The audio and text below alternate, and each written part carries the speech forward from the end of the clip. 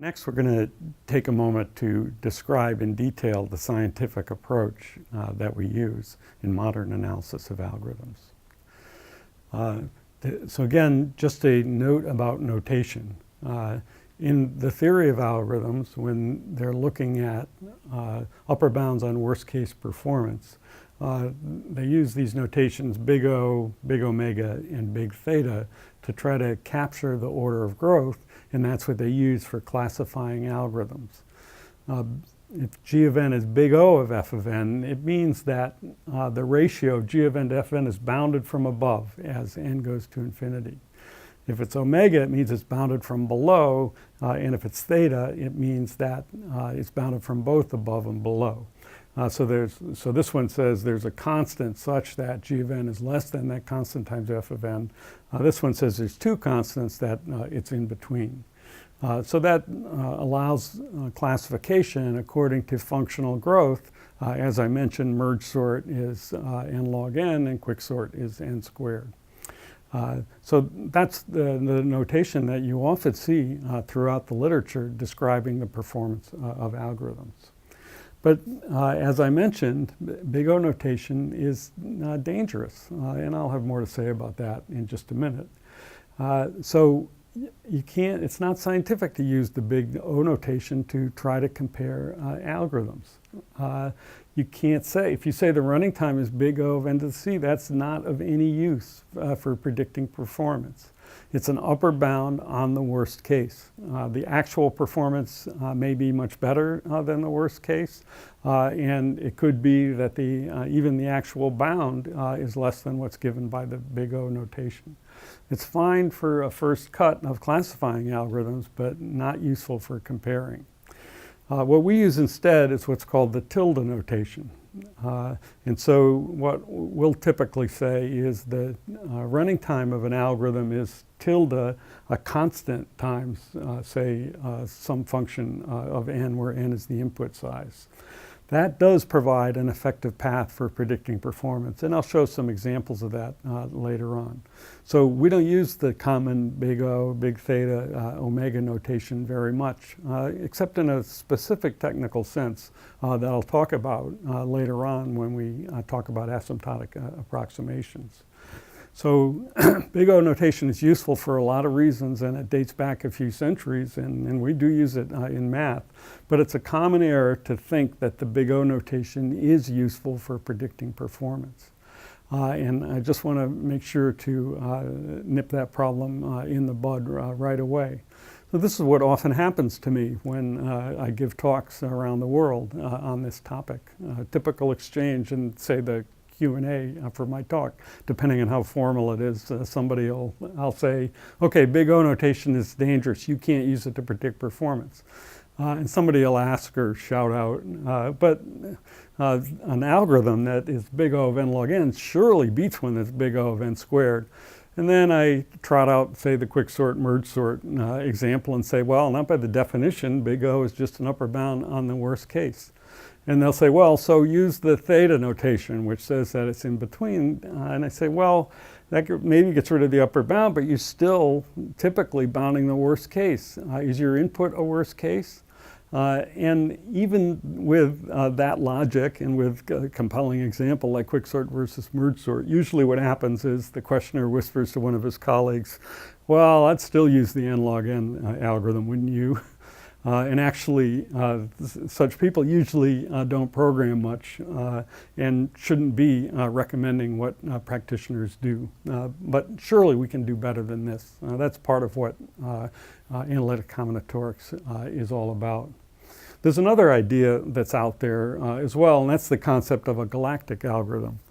I found this on a friend's blog, Dick Lipton, who said, let's define an algorithm that will never be used as being galactic. And why will it never be used? Because no one would ever notice any effect about this algorithm in this galaxy.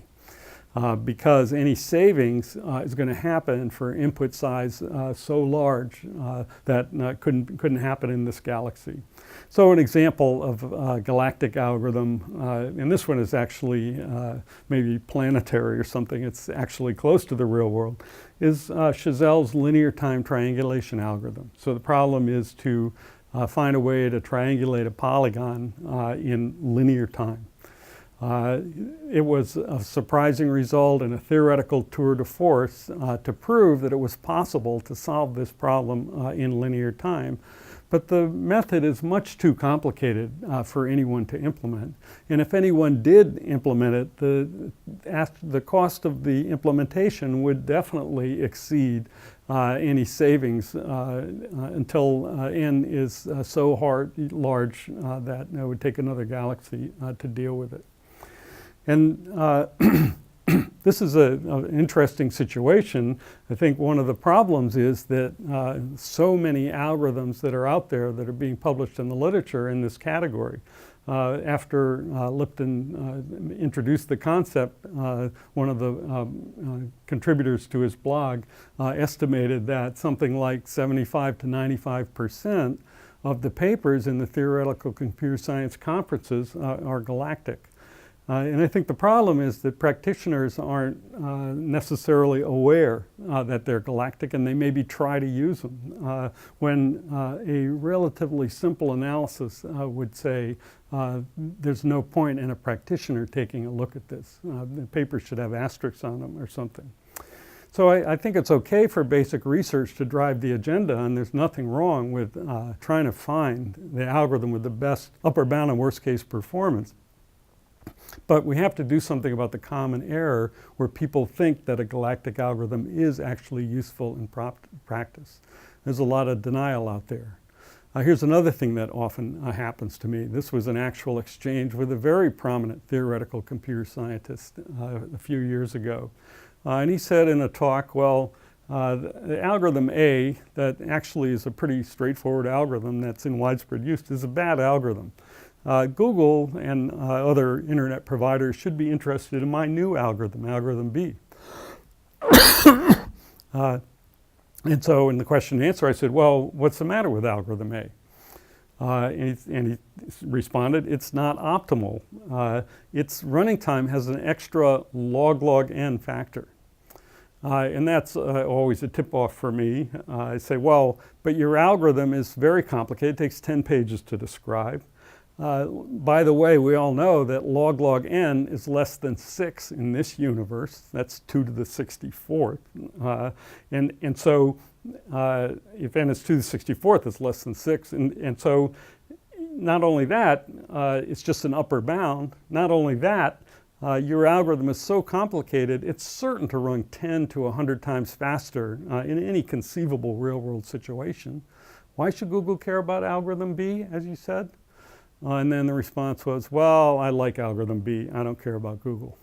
And again, that's fine to do research for the intellectual challenge. Just don't say that some practitioner should be interested in it. Surely we can do better than that. So what I want to talk about specifically is the scientific approach, say the modern rendition of what Knuth taught us, that is used for many, many algorithms in the 4th edition of my algorithms book, which is co-authored with Kevin Wayne. So this is described in a lot of detail with examples in section 1.4 of the book. Again, as Knuth said, we start with a complete implementation that we can test. And then therefore we'll be able to make hypotheses about the performance of that implementation and test them. And then what we're going to do is maybe try to avoid some of the detail in Knuth. And we're going to analyze the algorithm by trying to find an abstract operation that is in the inner loop. That is, it gets executed more times than any other operations. And then we'll also need to develop some realistic model for the input to the program. That's still a sticking point. And then we'll just analyze the frequency of execution of that one operation for input size n. And our hypothesis will be that the actual running time is proportional to a constant times that frequency. That's it. The hypothesis might be wrong, but we can test it. And we have the tilde operation, and I'll show you specifically how we can go ahead and test it. And actually the unknown constant is an annoying thing to carry around, but not actually too bad, because it does allow us to make specific mathematical calculations. So what we'll do then is, once we have the hypothesis, we're going to validate the hypothesis by, first of all, we want to generate some large inputs according to the model. So, for example, we'll look at sorting algorithms where the model is that the things are randomly ordered and distinct. And so it's easy to write a program to generate large randomly ordered distinct files. And then we can just run the program for a large input to calculate A. And actually, when we can even skip that step. I'll show you that in a minute. But we definitely can get A that way, an estimate of A. And then that gives us a model that we can use to predict performance for even larger inputs and check our hypothesis. That's the scientific approach to the analysis of algorithms. So really then later what we need to do also is find an application that actually uses real world data and test in application context to validate the model as well. That's actually the hardest part that's often overlooked nowadays. And then, as in any application of scientific method, we'll refine and repeat and revise the model and the algorithm as necessary or as we learn much about the problem. As I mentioned earlier, one of the great things that happens with this process is that often we learn things about the algorithm that enable us to develop improved versions by doing this. We have many, many examples of this for sorting and searching algorithms and graph algorithms and string processing and data compression and many, many other applications where we successfully apply this approach to develop good implementations and understand their performance. That's now what this course is going to be all about, is this analysis of the frequency execution. That's where the math is. But I want to give this full context so people can understand why we're going to this trouble. So as I mentioned, we don't use the big O notation or omega or theta that much. Instead, that's for the theory of algorithms. Instead, we're going to use the tilde notation. And all the tilde notation means is that two functions, g of n is tilde f of n if their ratio approaches 1 as n approaches infinity. And usually we have f of n is a constant times a standard function of n. So that's the notation. So we're just using tilde, and that's good. That simplifies things a bit. And then we're just left with these basic components. So one of the basic components of algorithm analysis involves programming. So people who do analysis of algorithms need to be comfortable with implementing algorithms, running them, and be able to at least count operations. You need a good implementation. Now maybe somebody did the implementation, but still you want to have experience with it on your own computer to test various hypotheses that you might have. Then we've got the mathematical challenge, and that's again going to be most of our emphasis in this course, where we develop a model, analyze the algorithm in the model. And what we're going to talk about in this course is that really we need to do the math, and that's the kind of math that I'm going to be talking about very soon in just a minute. And then there's a scientific process of running the algorithm to solve a real problem and checking for agreement with the model. And so you can't do that. You can't really compare two algorithms until you've done all the rest of this. So it's very important to have that context to understand why we're so interested in getting this math done right without excessive detail. Now, there's definitely potential drawbacks still in the theory of algorithms still goes places where we can't go. Number one is the model might not have a realistic model, and that's actually a challenge in every scientific discipline. Now, we do have a big advantage in computer science because we can randomize to make the model actually totally valid. And I'll show an example in just a minute. So if we don't have a realistic model, maybe we can get a realistic model by randomizing. That's a very powerful concept that if you don't get, if you're doing science that involves going to the moon or killing monkeys or something. Second thing is the math might be too difficult. That's also a big challenge in any scientific discipline. Statistical physics and many other areas, new developments in mathematics were involved in order to do the science. And that's certainly going to be it here. And really, that's what analytic combinatorics is. The calculus for analysis of algorithms is the true motivation for this course. And thirdly, it might be that the experiments are too difficult to really validate the model. And again, that's not much of a point compared to any other scientific discipline. No problem for us to run an algorithm 1,000,000 times, and we do it a lot.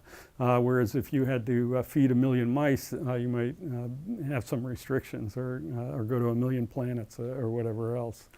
But it is a roadblock for a lot of people trying to study algorithms, because actually they're trying to study galactic algorithms. It might be way too difficult to implement. And if you can't implement it, why try to analyze it? It's fine for the intellectual challenge, but again, there are people out there that are thinking that the algorithms that you're developing are useful in practice, and really they should be validated scientifically before the poor working programmer is faced with them. So that's an outline of our approach to the analysis of algorithms.